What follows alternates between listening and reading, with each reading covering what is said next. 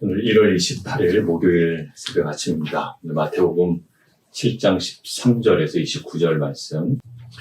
우리가 함께 기도했던 것처럼 오늘이 산상수훈의 마지막 결론 부분입니다. 결론 부분에 몇 가지 구분된 이야기를 가지고 예수님께서는 한 방향으로 이 메시지를 계속 이끌고 가고 계십니다. 어떤 그 개별적인 구체적인 내용들이 있었습니다. 지금까지. 근데 이 말씀에 대한 반응이 어떠해야 되는지, 그리고 제자들로서 이 반응과 그 반응 속에 그 진실성과 그 순수성이 무엇으로 나타나는지 오늘 예수님은 강조하고 계신 거죠. 하나님께서 우리의 무엇을 보실까요? 구약 성경에 분명하게 나와 있습니다. 우리의 중심을 보십니다. 우리는 행위를 드리는 것처럼 보이지만 사실 하나님은 가장 중요한 마음의 중심을 보십니다. 왜냐하면 그 부분이 진짜이기 때문이죠. 사람에게는 숨길 수 있고 또한 혹 스스로 속일 수는 있어도 그 중심이 우리의 본질이고 또 그것이 하나님께 내어드리는 우리의 삶의 중심 부분이기 때문에 그렇습니다.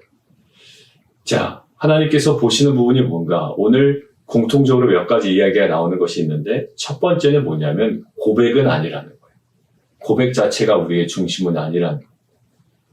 그것들이 계속 우리 가운데 몇 가지 이야기를 통해서 던져집니다. 거짓 선지자들을 어떻게 분별할까요? 오늘 20절까지의 거짓 선지자들을 주의하고 분별하라는 그 말씀의 핵심은 마지막 20절에 나와 있습니다. 이러므로 그들의 열매로 그들을 알지라. 열매, 그리고 앞에 나오는 나쁜 열매와 아름다운 열매 있습니다. 여러분들 마태복음 3장 10절에 보면 그 열매에 관한 내용이 있죠. 3장 10절 한번 보십시오. 16일 본문인데요. 토요일 본문입니다.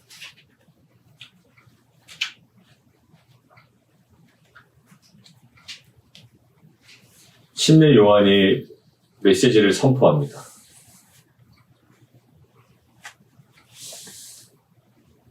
2절에 회개하라 천국이 가까이 왔느니라. 그리고 많은 사람들이 막 몰려오죠. 왜 몰려온다고 그랬죠? 구약에 예언된 그 엘리야와 같은 선지자가 지금 나타난 겁니다. 그가 지금 어떤 메시지를 전할지, 그리고 그들은 그렇게 고대를 했습니다. 이 모든 것들이 예수 그리스도가 메시아이심을 증거하는 먼저 이루어져야 되는 가장 중요한 부분이었습니다.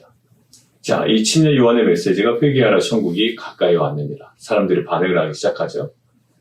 누구도 옵니까? 7절에 바리새인들과 사두개인들이 계속 와요. 그들도 이 자리로 찾아옵니다. 자, 그들 오는 것을 보고 7절에 독사의 자식들아 누가 너희를 가르쳐 임박한 진도를 피하라 하더냐. 이러면서 그들에게 말씀하십니다. 침례 요한의 메시지가 이래요. 그러므로 회개에 합당한 열매를 맺어라. 그리고 10절 이미 도끼가 나무 뿌리에 놓여 있으니 그 좋은 열매, 좋은 열매, 거기 동그라미 치셨죠? 좋은 열매를 맺지 아니하는 나무마다 찍혀 불에 던져지니라. good fruit이라고 되어 있고요. 오늘 아름다운 열매 할 때 18절에 있는 아름다운 열매, 영어 성경은 동일하게 되어 있습니다. good fruit. 좋은 열매, 아름다운 열매. 3장에 나오는 좋은 열매의 핵심은 무엇이죠? 회개, 그냥 애통한 그 마음의 상태가 아니라 회개에 합당한 열매입니다. 그게 회개에 합당한 열매, 삶의 실천적 부분이고 단순한 깨달음이나 그 입술의 고백은 아니라는 거죠. 1907년도 평양 대부흥운동의 그 부흥의 핵심이 회개였습니다라는 역사 신학자들의 진단이 있었습니다. 연구의 결과가 있었어요. 그래서 100년이 되는 2007년도에 동일한 부흥운동이 우리 가운데 있으면 좋겠다라고 해서 목회자들이 한 행동이 있었죠. 회개 기도입니다.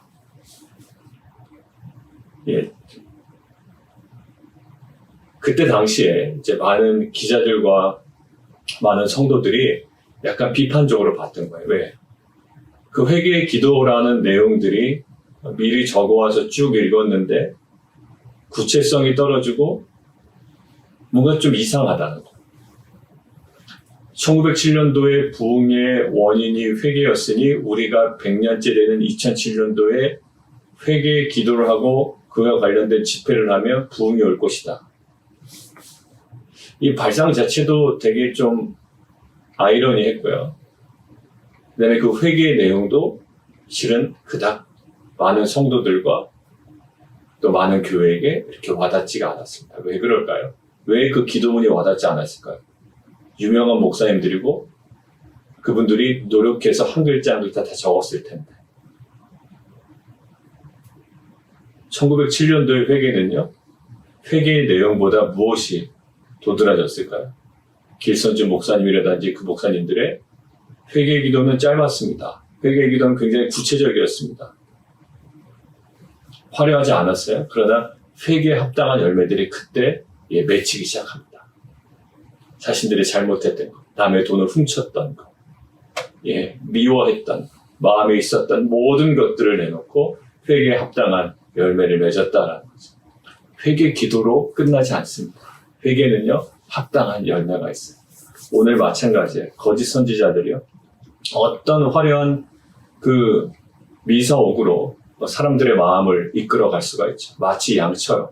본질은 일이인데 어디서 판명된다고요?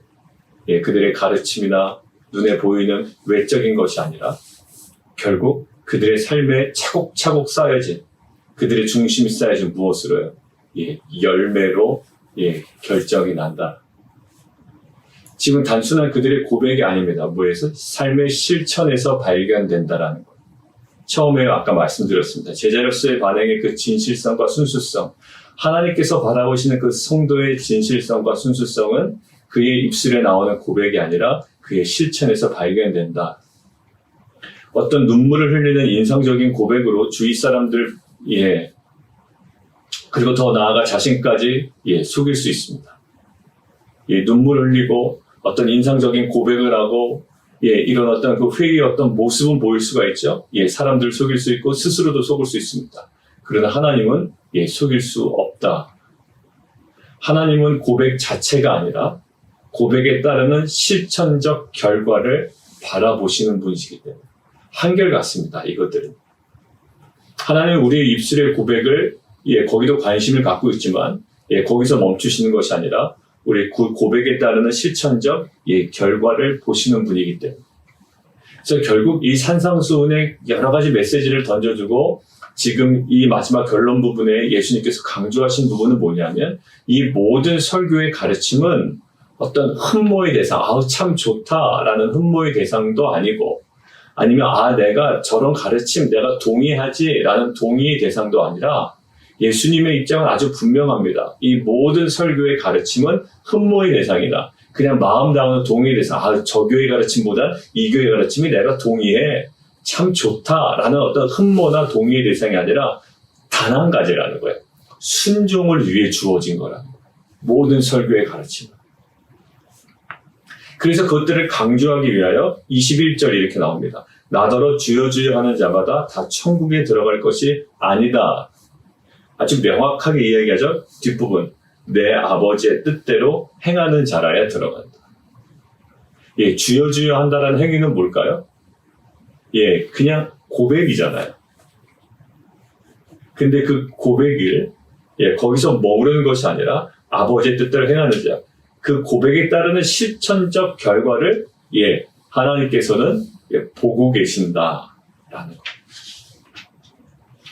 결국 방금 말씀드린 것과 똑같죠. 설교의 모든 가르침은 어떤 지적 동의 아니에요. 내가 당신 가르침 보니까 목사님 가르침 보니까 참 괜찮네요. 참 복음주의적 경향 같습니다. 내가 동의합니다. 참 흠모합니다. 어느 목사님 참 잘 가르칩디다. 이런 것들이 아니라 그것이 어떠한지 간에 왜 주어졌다고요? 순종을 위해 주어진 거예요. 우리는 많이 듣고 배우고 내가 읽은 것을 가지고요. 판단하는데 제일 먼저 사용하는 것 같아요. 저부터도. 저것은 맞는지 틀린지. 저 가르침은 어떠한 것인지. 저 교회보다 우리 교회가 더 복음적인 것인지. 여러분들 그것은요 부차적인 것이고요. 가장 핵심적인 것들은 오늘 우리에게 주시는 말씀은 그래 안심이다. 저 교회보다는 낫다. 아니면 이 가르침보다는 더 안전하다. 이것이 바로 복음주의다. 라는 것들을 확증하고 그냥 만족하고 흠모하고 동의하는 정도가 아니라 오늘 하나님의 살아계신 말씀은 결국 무엇을 위해서 주어졌을까요? 순종을 위해서 주어진 거예요.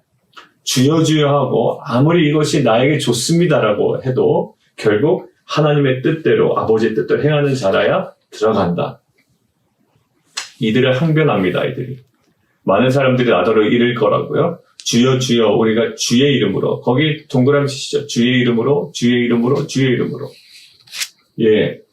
아까 거짓 선지자들은 남은 속였지만 스스로는 속이진 않았을 것 같아요. 앞에 있는 거짓 선지자들.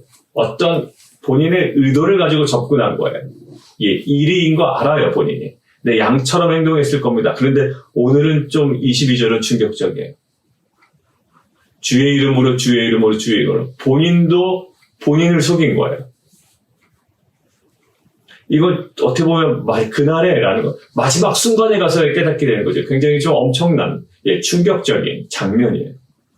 몰랐던 거예요. 자기 자신도 몰랐던 겁니다. 주의 이름으로 주의 이름으로 주의 이름으로. 23절이에요. 22절. 주의 이름으로 뭐 했죠? 선지자 노릇도 했습니다. 목사 역할도 했겠고요. 주의 이름으로 귀신도 쫓아냈을 겁니다. 그리고 주의 이름으로 많은 권능을 행했다고 이야기합니다. 이거 교회 안에서 정상적으로 이루어지는 거 아닌가요? 이단에서는 하는 것이 아니잖아요. 그러니까 지금 예수님께서 강조하신 건 행위의 종류가 아님을 여러분들 꼭 기억하십시오. 이런 것들이 불법이다라고 이야기하는 것이 아니에요. 23절에 나오죠. 불법. 그러니까 선지자 노릇하고 귀신을 쫓아내고 많은 권능을 행하는 것이 불법이 아니라 이거 교회 안에서 교회 공동체 안에서 충분히 일어날 수 있는 일들이거든요. 근데 23절 뭐라고 이야기하시나요? 내가 너희를 도무지 알지 못한다. 알지 못한다라고 하는 것은 뭐냐면 너가 조재영인지 김집사인지 내가 너의 존재를 모른다라는 것이 아니라 뭐냐면 이것을 알지 못한다라고 하는 것은 인정하다, 관여하다, 인격적인 관계를 맺다라는 거예요. 내가 너 그거 인정 못하겠다. 내가 관여하지 않았다. 나와 인격적인 관계에서 맺어지지 않았다라고 이야기하는 거예요. 왜 하나님께서 모르시겠어요? 전지하신 분이 왜 그 사람이 누군지 모르시겠냐고. 그런 의미가 아니라 너가 뭘 했다고 하는데 내가 인정하지 않아, 관여하지 않아, 인격적인 관계를 맺지 않았어 라는 거예요. 이것이 무슨 충격적인 일일까요? 이것은 이런 거예요, 결국.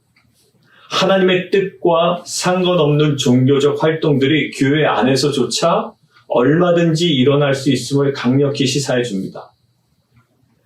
빛과 소금 교회는 아닐 거야. 아니야. 빛과 소금 교회도 그럴 여지가 있겠죠. 그러니까 날마다 깨어있고 하나님께서 인정하시는지 관여하시는지 내가 인격적인 관계를 맺고 있는지 리더인 저와 또 리더십들과 모든 성도들, 우리 교회를 책임져야 되는 모든 성도들은 항상 깨어 있어야 돼요. 다분히 하나님의 뜻과 상관없는 종교적 활동들이 교회 안에서 이루어질 수 있다는 거예요. 결국 다른 사람들뿐만 아니라 자기 자신마저 속이기에 충분할 정도로, 그러니까 다른 사람만 아니라 자기 자신도 속일 정도로 충분할 정도로 아주 인상적인 종교 활동이라 할지라도 선지자 노릇하고 귀신을 쫓아내고 많은 권능을 행해도 그것이 하나님과 뜻에 상관없이 자신의 뜻에 따라 행해질 수 있음을 아주 명확하게 보여주죠. 우리는 이렇게 해요. 우리는 이렇게 많은 사역을 하니까 우리는 좋은 교회라는 거예요. 우리는 이렇게 선교를 하니까 좋은 교회고, 이렇게 많은 좋은 예배를 잘 드리니까 좋은 교회고, 우리는 찬양이 있고, 뭐가 있고, 사역자들이 있고, 여러 가지가 있다고 하지만, 자, 보세요. 선지자 노릇하고 귀신을 쫓아내고 많은 권능을 행했는데, 이 모든 교회 안에서 정상적인 활동임에도 불구하고, 그리고 사람들의 마음을 막 움직이고, 자기 자신도 속는 거예요. 그런데 이 모든 종교 활동을 할지라도, 그것이 하나님의 뜻과 상관없이 자신의 뜻에 따라 행해질 수 있음을 분명히 이야기해줍니다. 결국 하나님 나라에 들어가는데 문제가 되는 것은 뭐냐면 행동의 종류가 아니라는 거예요. 선지자 노릇하지 말아야 되나? 아니, 그게 아니라 행동의 종류가 아니라 지금 무엇을 얘기합니까? 21절. 내 아버지의 뜻대로 행하는 자라야 들어간다. 21절. 내 아버지의 뜻대로. 결국 하나님 나라에 들어가려는 그 문제, 이슈의 핵심은 행동의 종류가 아니라 뭐라고요? 행동의 동인, 원인이라는 거예요. 행동을 일으키는 원인, 행동의 그 동인이라는 거예요. 여러분들 이것을 묵상하는데 여러분들 아마 헷갈리실 거예요. 이 정도 주의 이름으로 이렇게 구하고 많은 일들을 행하고 막 승리도 하고 선포도 하고 선교도 하고 막 예배도 드리고 하는데 사울 한번 여러분 기억해보세요. 사울 왕은요 전쟁을 앞두고 있습니다. 근데 선지자가 눈에 안 보이는 거예요. 그러니까 마음이 어때요? 그럼 제사 드리지 말고 그냥 전쟁 먼저 할까? 전쟁은 자기가 이끌 수가 있거든요. 전쟁은 본인이 이끌 수가 있습니다. 근데 예배는 본인이 할 수가 없는 거예요. 그때 사울의 결정이 뭡니까? 예배잖아. 예배니까 사무엘이 없어도 그냥 내가 하면 되지. 본인이 그냥 들어버린다고요? 어떻게 하죠? 그 하나님께서 지적하십니다. 뭐예요? 하나님의 뜻대로 행하지 않은 거예요. 아무리 사울이 입에서 예배가 나오고 하나님이 나오고 주여주여가 나와도 하나님 뜻대로 행하지 않았던 거예요. 두 번째 하나님께 지적당했던 것이 뭐죠? 그 전쟁에서 그 전리품 취해라 취하지 말아라. 취하지 말아라라고 하죠. 그게 하나님의 뜻이에요. 아주 굉장히 간단하고 명확하게 말씀하셨습니다. 그게 하나님의 뜻이에요. 근데 아무리 눈에 좋아 보여도 하지 않아야 돼요. 하지 않으면 돼요. 그런데 사울이 지금 넘나드는 사울을 움직이는 게 뭡니까? 내가 이것을 가지고 이 좋은 것을 가지고 하나님께 예배하려고 내가 취해온 겁니다. 라는 거예요. 아주 천진난만하게 이야기를 하죠. 그때 뭐죠? 순종이 제사보다 낫다. 여러분들 사울은 이렇게 두 번 예배에 대해서 정확하게 하나님께 지적당하고 버림을 받아요. 자, 사울이요. 예배를 드리기 위해서 주여 주여 하기 위하여 하나님을 위하여 다 좋습니다. 그런데 그것을 왜 전리품을 취합니다. 근데 결국 하나님 뜻대로 그 모든 것들을 정확하게 처분하지 않았을 때 그것은 뭐가 됐을까요? 오늘 23절처럼 불법이 되었습니다. 우리는 물량주의에 속기 쉽고요. 현세주의에 속기 좋아요. 사역도 지금 눈에 보이는 사역이 화려하면 뿌듯한 거죠. 우리는 항상 진단을 어디다 내려야 될까요? 마지막 우리가 이밸류에이션, 우리의 사역을 평가할 때 우리가 어디에 기준을 두고 평가를 해야 될까요? 귀신 쫓아내지 않았습니까? 좋은 거야. 많은 권능 행하지 않았어요? 좋은 거야. 우리가 많이 돈도 보내고 많이 돕지 않았어? 다 좋은 거야. 그러면 여러분들 돈 많아서 많이 보내는 교회들은 다 좋은 교회가 되는 거예요. 그러나 예수님께서는 그 물량주의나 눈에 보이는 현세주의를 정확하게 딱 선을 긋고 계십니다. 뭐라고요? 주의 뜻대로. 그럼 선교하고 돈 보내고 이거 다 주의 뜻이지. 지금 당신 무슨 얘기하는 겁니까? 라고 이야기하지만 우리에게는 사도행전에 명확한 그림이 있어요. 사도 바울이 아시아에서 복음을 전하는 것 주의 뜻이라고 우리는 이야기할 수 있죠. 그러나 막으셨습니다. 사도행전 정확하게 이야기해. 막으셨다고 되어 있어요. 성령께서 막으셨다. 결국 그 당시 그 시점에서 아시아의 복음을 전하는 것은 뭐다? 하나님의 뜻이 아니었던 거예요. 사도 바울은 결국 멈춥니다. 그리고 그 드로아에 가서 무슨 현상을? 마게도냐 환상을 봐요. 거기서 하나님께서 새롭게 활짝 열어주시는 그 문을 봅니다. 그 문으로 들어가는 거예요. 그 좁은 길로 들어가는 겁니다. 본인이 좀 더 가까이 또 효율적으로 전할 수 있는 걸 포기하고 그 좁은 문을 들어갑니다. 근데 그 좁은 문은 무엇이에요? 생명의 문이 됩니다. 오늘 처음에 얘기한 거죠. 여러분들 좁은 문과 넓은 문의 차이는 뭘까요?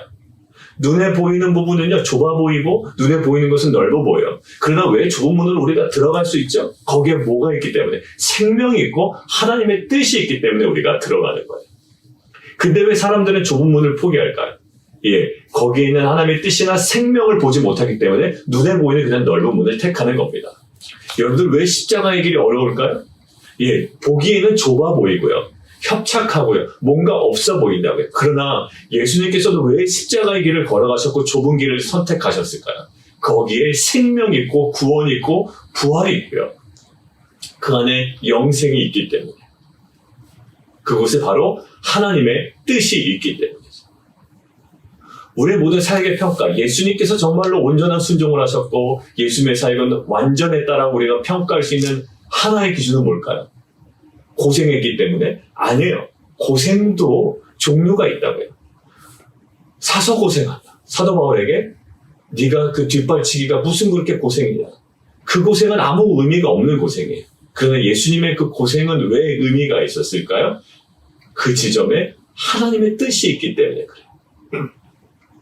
내가 이 정도 헌신했으니 이 정도 헌금하고 우리 교회가 이 정도 돈도 보내고 이러한 예배도 꾸미고 많은 성도들도 오고 이랬으니 이 정도 괜찮지 않을까?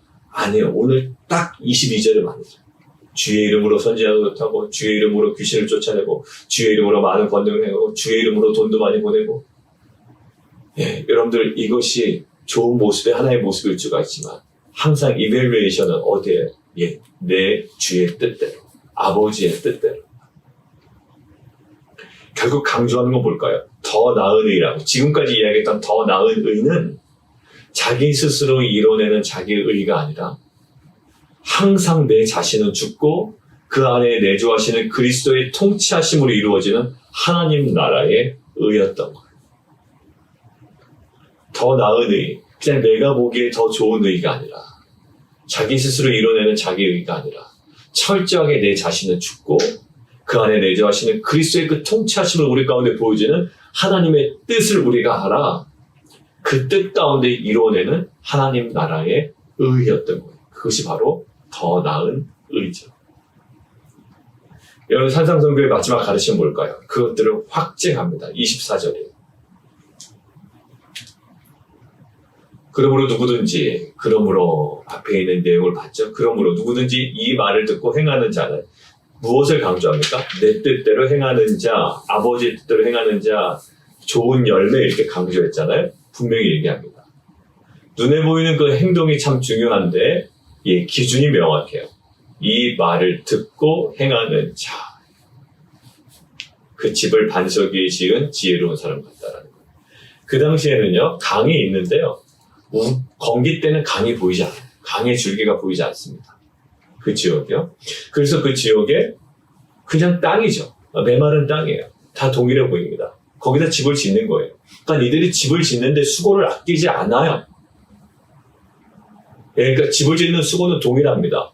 그러니까 모래 위에 집을 짓는 사람도 열심히 집을 짓는 거예요. 여러분들 이들을 게으른 사람 아닙니다. 그리고 반석 위에 짓는 사람들도 열심히 동일한 노력을 들인다고요. 들인 공은, 들인 노력은 동일해요. 그런데 건기 때는 그곳이 그냥 마른 땅처럼 보이는데 비가 내리고 이제 우기가 되면요. 거기에 뭐가 생겨요? 흐름이 생깁니다. 물의 흐름이 생긴다고.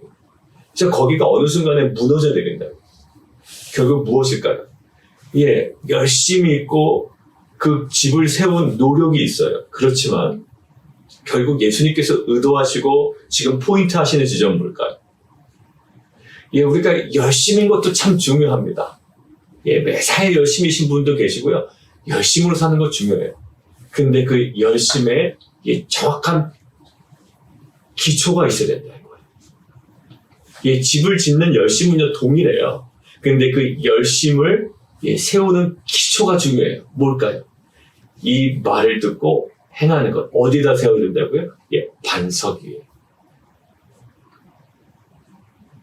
그 주추를 반석 위에 놓은 까닭이기 때문에 무너지지 않아요. 근데 이 말을 듣고 행하지 아니하는 자는 그 집을 모래 위에 지은 사람과 같아요. 그래서 결국 무너짐이 심하다라고 이야기해요. 성경 공부를 많이 하고 또 묵상도 하고 나눔도 하는데 왜 자꾸 내 삶은 자꾸 흔들리고 무너지게 되는 걸까요? 정말로 그 우리에게 주어진 영광스러운 그 순종의 길은 정말 사단이 막고 있고 우리 가운데 가장 어려운 문일 거예요. 예수님께서 산상수훈의 많은 가르치심을 우리에게 전달하시고 지금 결론 부분에 여러 가지 이야기를 통해 우리에게 강조하신 부분이 뭘까요? 예수님의 그 의도와 목적을 아주 인상적으로 드러내 주십니다. 다시 제가 처음으로 얘기했던 목을 들어가 있습니다. 뭘까요? 예수님께서 보고 계신 것은 하나님께서 보시는 우리의 신자의 진실성과 순수성은 고백이 아니라 실천에서 발견된다는 거예요.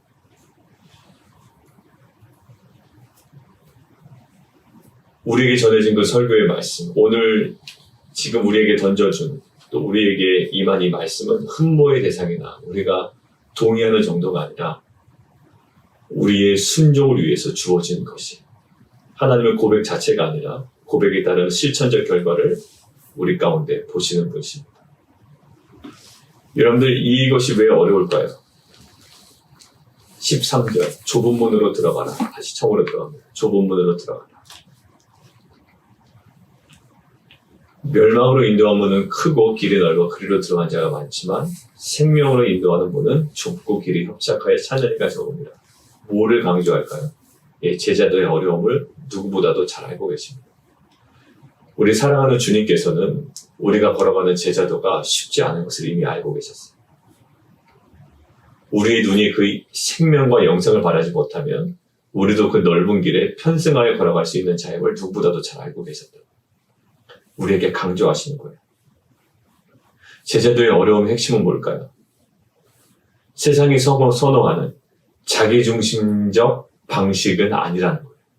세상은 선호합니다. 자기중심적 방식을.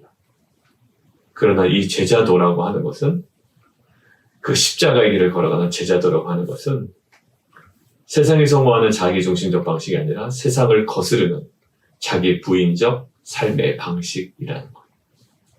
자기 부인적 삶의 방식에는 반드시 실천적 요소가 따라옵니다.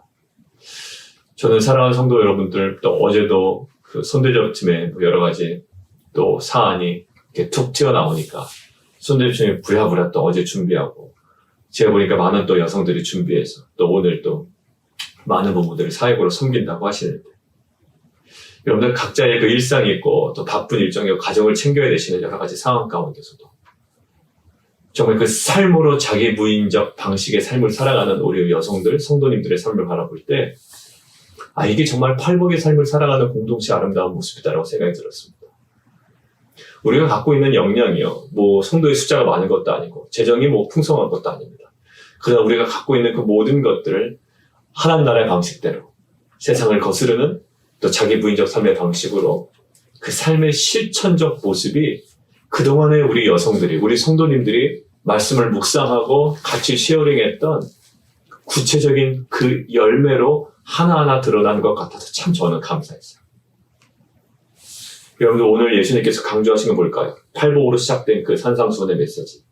결국 팔복으로 특정 지어지는 그 제자의 필연적인 삶의 모습은 이래야 된다는 거예요. 팔복 참 좋은 메시지다. 그래, 내가 참 흠모할 만한, 내가 동경할 만한, 내가 동의할 만한 내용이야. 이것이 아니라 팔복으로 특정 지어지는 제자의 삶은 바로 이런 모습입니다. 예수님께서 결국 복음서에 강조하신 거 있죠. 나를 따라오려거든 라고 할 때 가장 첫 번째 메시지가 뭐였습니까? 자기 부인하라는 요청이었어요. 그리고 팔복의 마지막, 소금과 빛으로, 세상과 구분되는 소금과 빛으로 살아가기 위한 그 삶의 방식이 뭐였을까요? 그게 바로 자기 부인이에요. 결국 이 실천적 삶은 가장 중요한 세상이 선호하는 자기 중심적 방식을 버리고 세상을 거스르는 자기 부인적 삶의 방식을 채택하고 그대로 살아가는 자에게 나타나는 팔복의 공동체, 소금과 빛의 공동체의 모습인 줄 믿습니다. 그냥 지적인 풍성함에 그냥 만족하는 자들이 아니라 우리의 삶의 구석구석에서 소금으로 빛으로 살아가시는 성도님들을 정말 주님의 이름으로 축복합니다. 많은 사람들이 흠모할 만한 그 어떠한 그 큰 사역이 아닐지라도, 가장 시드 프로젝트, 가장 작은 사역일지라도 가장 이 복음의 씨앗들을 우리의 섬김으로 실천으로 땅에 심을 때에, 세상에 심을 때에 그것이 자라서 나무가 되매 온갖 새들이 와서 깃드는 놀라운 천국의 비밀이 가장 약한 저희 공동체의 그 섬김을 통하여 하나님 나라를 이루시는 그 놀라운 그 사역에 쓰임받는 저희 모든 성도님 되시기를 주님의 이름으로 축원드립니다. 우리 함께 기도하겠습니다. 아름다운 열매, 좋은 열매에 대해서 이야기를 합니다. 주여 주여 하는 자마다 천국에 못 들어간다고 말씀하시고요. 아버지의 뜻대로 행하는 자라야 들어간다라고 이야기합니다. 사울은요, 얼핏 보기에 예배했습니다. 예전에 우리들 교회 김영재 목사님이 어떤 그 포인트를 두고 얘기하실 때 했던 게 예배 중독이었거든요. 여러분들 잘 헤아려서 들으셔야 됩니다. 예배했다, 예배. 근데 정작 뭐 놓쳤죠, 사울은요? 하나님의 마음을 다 놓쳐버린 거예요. 하나님 마음 놓치고 자기가 예배드리고, 하나님 마음 놓치고 그 전리품 다 처분하라고 했는데 그거 숨겨두고, 그러면서 자꾸 입에서 튀어나오는 건 뭐죠? 아, 내가 하나님께 예배드릴 때, 제사 드릴 때 쓰려고 좋은 거 다 보관했다라는 거예요. 오늘 보세요. 주여 주여 주여 주여. 주의 이름으로 우리가 이런 일하고, 주의 이름으로 귀신 쫓아내고, 주의 이름으로 선지자 노릇하고, 주의 이름으로 많은 권능을 해야겠다. 이런 모든 정당한 종교 활동조차도 하나님의 뜻과 상관없이 자신의 뜻에 따라 행해질 수 있음을 정확하고 명확하게 보여주고요. 그랬던 자가 바로 사울이었어요. 그가 불법을 행하려고 했던 것이 아닙니다. 예배 때문에 그것을 행한 거예요. 근데 오늘 명확하게 이제 불법이라는 거예요. 교회를 또 섬기고 있는 저나 우리 모든 성도님들, 특별히 저는요, 어떤 눈에 보이는 그 사역들의 포커스를 둘 때가 너무나도 많죠. 그러나 우리의 모든 이밸루에이션의 가장 기본은 뭘까요? 하나님의 뜻인가요? 이거 그냥 지나치기 쉽습니다. 다 선교하니, 전도하니, 가르치고, 성경 공부하니, 이거 다 하나님 원하시는 거 아니에요? 아니요. 사도 바울은요, 아시아에서 복음 전하는 거 막으셨어요. 하나님 뜻이 아니셨기 때문에 그 당시에 순종하고 마게도냐로 건너갑니다. 우리 가운데 이 가장 중심에 있는 하나님의 마음과 그 뜻을 분별할 수 있는 공동체에게 도와주시고, 그 지점으로 가는 것은 좁은 길입니다. 어려운 거 아신다고요? 그러나 자기중심적인 그 세상에서 오는 자기중심적인 아니라 세상을 거스르는 자기 부인의 그 삶을 살아가는 귀한 공동체에게 도와주옵소서. 팔복의 삶으로 소금과 빛으로 살아가는 귀한 공동체에게 도와주옵소서. 우리 함께 기도하며 나아가도록 하겠습니다. 한 가지만 더 기도할까요? 오늘 알지 못한다라고 할 때 인정하다, 관여하다, 인격적인 관계를 맺다라고 했죠. 그러니까 결국 불법을 행하는 자들아라고 얘기할 때 주님께서 주시는 메시지는 정말 인정받는 것인지 주님으로부터, 그리고 주님께서 관여하시는 것인지, 그리고 주님과 인격적인 관계를 맺고 있는 것인지, 그렇지 않다면 그 모든 것들은 그럴듯해 보이는 것이 불법이 되는 겁니다. 하나님, 우리 내면에 있는 불법들을 보게 하여 주옵소서. 내가 주인 돼서 행하는 것, 불법입니다. 내 중심적인 판단과 결정, 불법이라 하시는 거예요. 그리고 내가 보기에, 제가 생각하기에 이 모든 것들은 불법의 어떤 단초가 될 수 있다는 겁니다. 우리 안에 이렇게 점검하는 것은 우리에게 매우 유익합니다. 우리가 더욱더 답답한 인생을 살아가는 것이 아니라 더욱더 경건하고 거룩한 인생으로 살아가는 하나님의 은혜의 그런 포인트인 줄 믿습니다. 하나님, 정말 하나님께서 인정하시고 또 관여하시고 또 하나님과 인격적인 관계 속에서 일어났던 일인지, 자녀들에게 했던 모든 조언과 또 내 삶의 운영 방식이 과연 그랬던 것인지 다시금 점검해 보기를 원합니다. 이 시간 함께 기도하며 나아가도록 하겠습니다. 우리 함께 기도하기를 원하는데, 우리 이종호 선교사님 위해서 회복을 위해서 기도하시고, 우리 성도님들, 우리 여러 가지 사업과 직장과 특별히 질병 위해서 회복을 위해서 기도해 주시고요. 특별히 정기사무처회가 금주 주일날 있습니다. 사회에서 여러 가지 조직에서 일어나는 정기총회와는 다른 이 정기사무처회에서는 1년간의 하나님의 그 뜻이 무엇이고 또 우리가 하나님의 그 인도하심으로 우리가 걸어가야 되는 그 길이 무엇인지, 또 우리가 감당해야 되는 사역들이 무엇인지를 우리가 진지하게 또한 서로 보고하고 쉐어링하고 나누며 또 주님의 마음으로 하나 되는 시간 되기를 원합니다. 이것은 어제 우리 남성들과 얘기했지만 획일성으로 가는 것은 아니에요.